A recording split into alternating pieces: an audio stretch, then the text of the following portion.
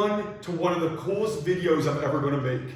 So today I'm with one of my best friends of all time, Jamie Gaffney, aka Monty. I've been calling him Monty since 6th grade, so I'm going to call him Monty. It's weird to hear him say anything else. And when I hear Mike say Jamie, it's a total. I can't even call him that. So, but anyway, Monty and our good friend Rocco literally created one of the most amazing Nashville hot chicken restaurants of all time right in Westchester, PA. We're so proud of them and what they created. You can see their logo here. It is literally, I'm not exaggerating, come up and try it for yourself, but it is the juiciest, most delicious chicken of all time. And it's just so wonderful to be up here with the whole crew, everybody hanging out and having a blast. So for today's episode, I'm going to ask Monty some cool questions, some thoughtful questions on how this all started. What was his dream? Like, where did this come from? All that kind of stuff. So, you want to jump into it? Should we jump right into it? Let's go. Dive in. Let's go. So, the first question I have for you is, tell us a little bit about why Nashville Hot Chicken? Where did it come from? How did it start? And a little bit of your backstory. All right, cool. So, it's a fun story. We were on a road trip to Texas 2K. Me, Rocco, Alec. We were trailing Rocco's car out there. We were going to see, take it on the streets of Houston. So we had never driven cross country before with a car and a trailer. We left here at 10 o'clock at night. It was a horrible idea. And by about like 11 o'clock in the morning the next day, we were somewhere around Nashville, and we were like, "Do we have to stop, or this is going to be, dangerous?" Yeah. So we stopped and pulled off in Nashville, got a hotel for a little bit, and everybody kind of passed out. And I was looking at my phone, like, "What's Nashville known for aside from country music?" And it was hot chicken. And I was like, "Oh, guys, we got to get up. We got to try this hot chicken. Like, let's go." So we went to Prince's, and it was love at first taste.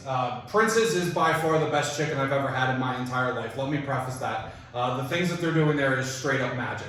I got the extra hot there. Alec got mild, and Rocco got hot. And when I saw Alec bite into his mild and he started tearing up, I was like, "Oh man, I might be in for something." And their extra hot is one of the hottest things, top 3 hottest things I've ever eaten in my life. But the draw to it was, after we ate it, the whole time we were in Texas, all we kept thinking about was hot chicken, hot chicken. We almost couldn't even think of anything else but hot chicken. Addicting. It's addicting. It is, and it was so addicting. It's so addicting. Just know, Nashville hot chicken, addictive. So we came back here after that trip and looked for everywhere that had Nashville hot chicken on the menu. And we tried everything, anywhere that offered it, and none of it even came close. And Rocco was kind of like, "Dude, can't you make this?" And I was like, "I don't know, man. Fried chicken's not previous to that, I promised I would never cook fried chicken. I made it for my girlfriend Amber, and it was so bad, I was like, I'll never fry chicken again. This was the worst experience of my life."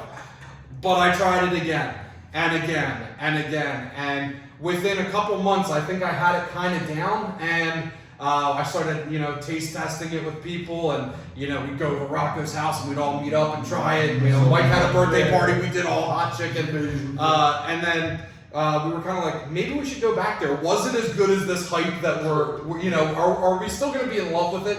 Or was it just that thing we focused on? So we drove back. Don't drive, people. If you want to go to Nashville, fly. It's a 3-hour flight, and it is worth it. You can even get hot chicken in the airport. Do not drive. It sucks. I promise you the drive is awful. So we drove back there, me, Rocco, Tony, and Alec. And for 3 days, for 4 meals a day, we ate hot chicken. And I ate the standard Nashville hot and the hottest thing that they had on the menu at every place we went. Uncomfortable. Don't do that either. That's too Go hot. there and enjoy hot chicken at one place and stop there. There's a ton of other great food to eat there, but it's excessive at some point.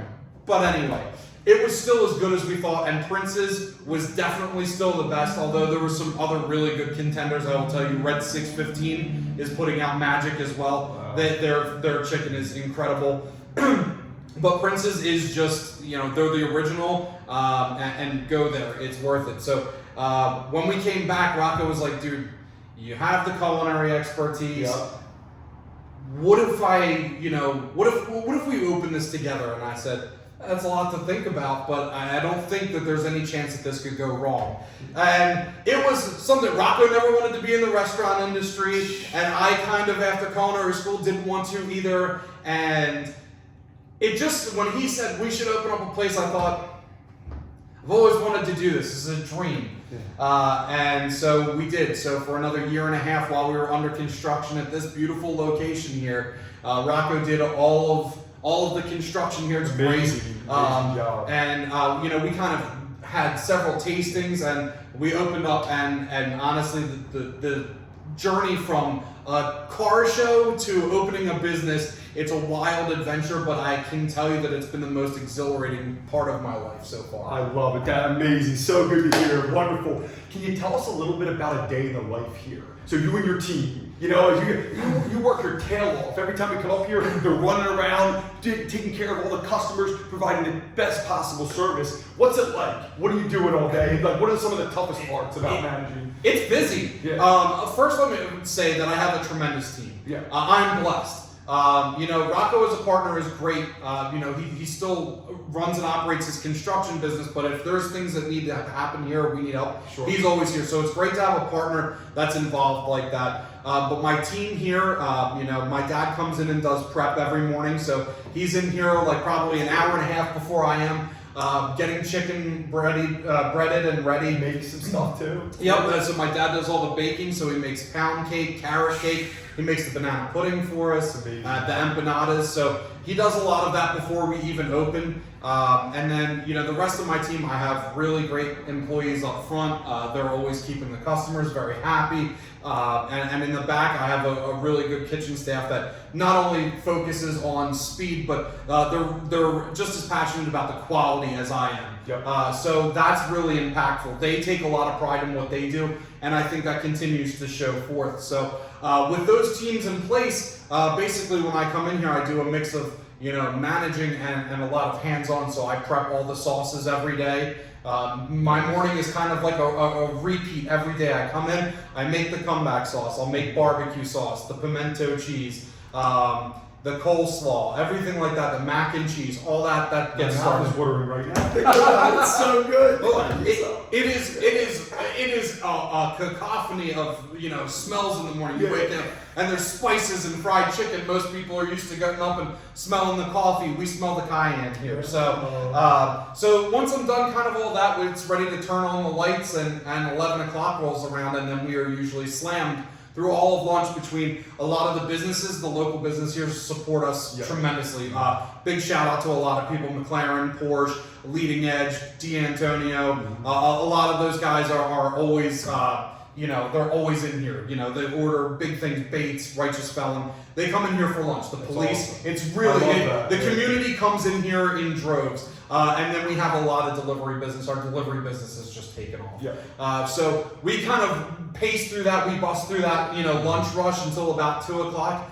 And then we gather ourselves back a little bit, clean up, and, you know, prep for the next wave. So then the next wave around 4 o'clock comes in until we close. And we're usually just jumping all night. And then, you know, at the end of the night, we tear down, clean out all the fryers, filter out all the oil, you know, and then we do dishes and break down the whole kitchen and everything. And then we're probably out of here at about 10 o'clock. So it's a long day, but, you know, having good systems in place, good people, and just an overall good product helps life kind of go through. And hearing the customers' feedback about, you know, how much they enjoy our food, it's the most rewarding job I've ever had. I love that. That's amazing. That was a good segue into my next question. So people can go online and look at the menu, but tell us about your offerings. Tell us about, I mean, you put high quality ingredients in this stuff. It's not tell us a little bit tell everyone about your products. So product wise, we aim for the best of everything. You know, we get our chicken daily. Colonial Meat Market gets us hormone-free, you know, healthy raised chicken that we use. You know, we have partners with US Foods as well for other fresh ingredients, but we get the chicken in, we brine it overnight in a 24-hour marinade. The top secret. Top secret. But you'll never find chicken juicier than ours, I promise you. Ridiculous. So that's our focus is, you know, the high quality ingredients that wise. You know, we the things that we make, like all of our sauces are homemade. Our barbecue sauce, the comeback sauce, which is fantastic. It's a different sauce, and once you try it, you'll get hooked. So the sauces are made in-house. Our coleslaw, I was never a fan of coleslaw, neither was Rocco. We kind of agreed that we never really wanted to incorporate it in the menu to begin with. And then we kind of said, there might be a demand for this. Let's try it out. Let's make coleslaw our way. And so our coleslaw has some of the elements of our comeback sauce, but we use fresh shredded cabbage and everything like that for it. And it's delicious. It's unlike anybody else's coleslaw. And then the breading, the breading on our chicken is very important. One of the things that took me a year and a half to develop was getting the chicken breading to stay on the chicken. You would not believe how difficult that is. And it was the hardest hurdle to overcome out of anything that we had done. Between the empanada doughs, which were, a process to learn to make the flakiest, lightest crust. The same thing with the chicken breading. I made thousands of variations of different starches and cornstarch and, flours and, almond flour, potato starch, all these different things. And the chicken just, I couldn't get it to stick. And, I reached out to a really good friend of mine, and she gave me kind of some family's details on, how their family does chicken.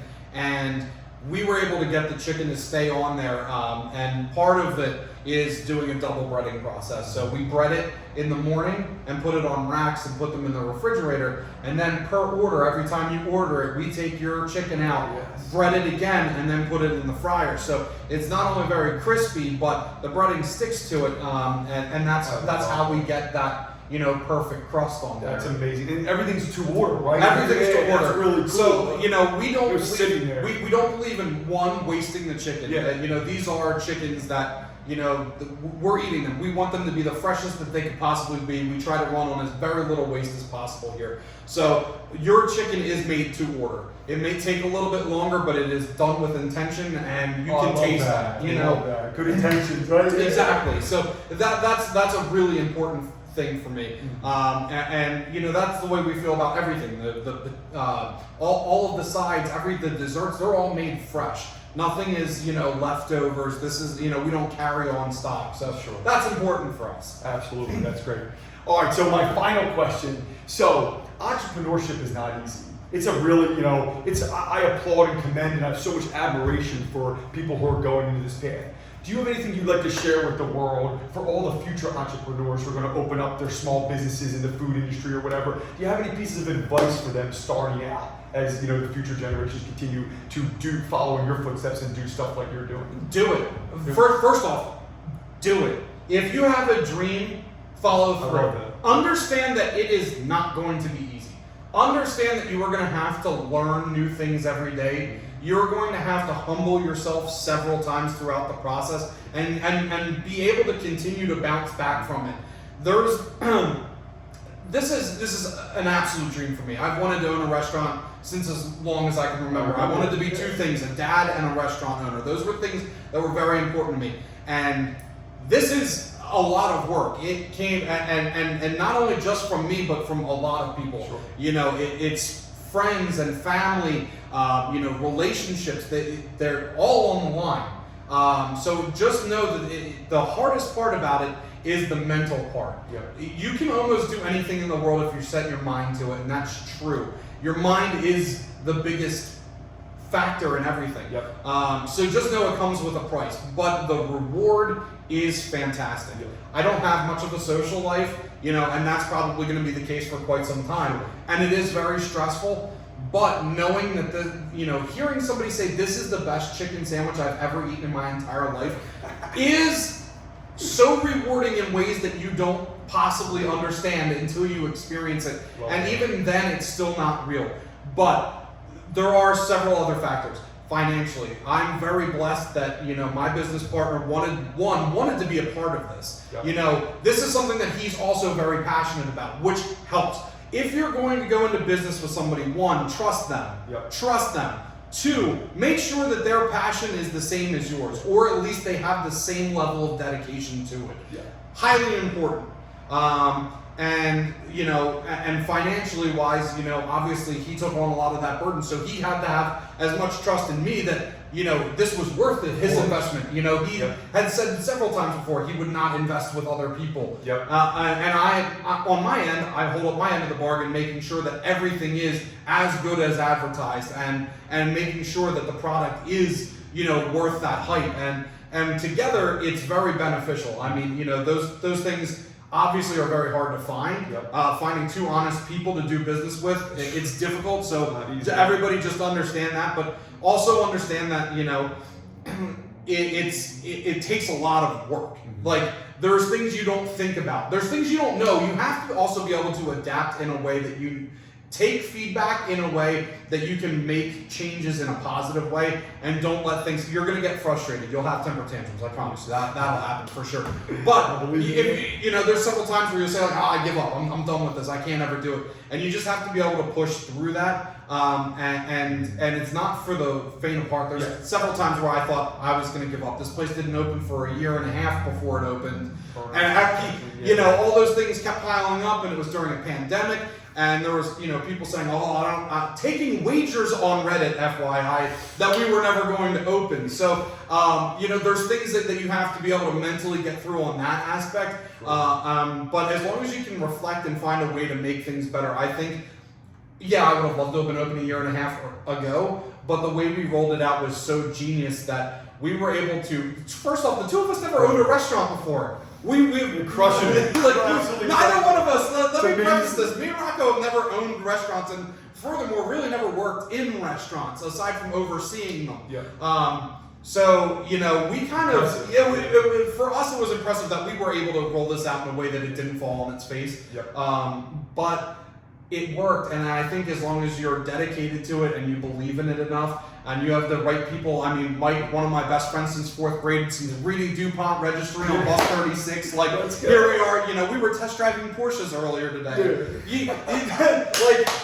As long as you have the right people in your corner. My girlfriend Amber's sitting over here. She's been in my corner nonstop. She has been one of the most supportive people in my entire life.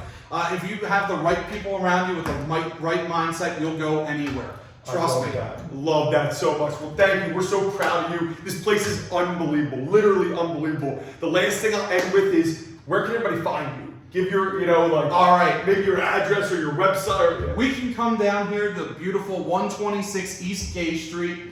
We're in downtown Westchester, right next to Taco Mar and Bar Avalon. Perfect. We have the best chicken, and if you ask for me, I'm always here. I'll make sure you get the best of the best. The best service. Thank you so much. And here we go. Let's go.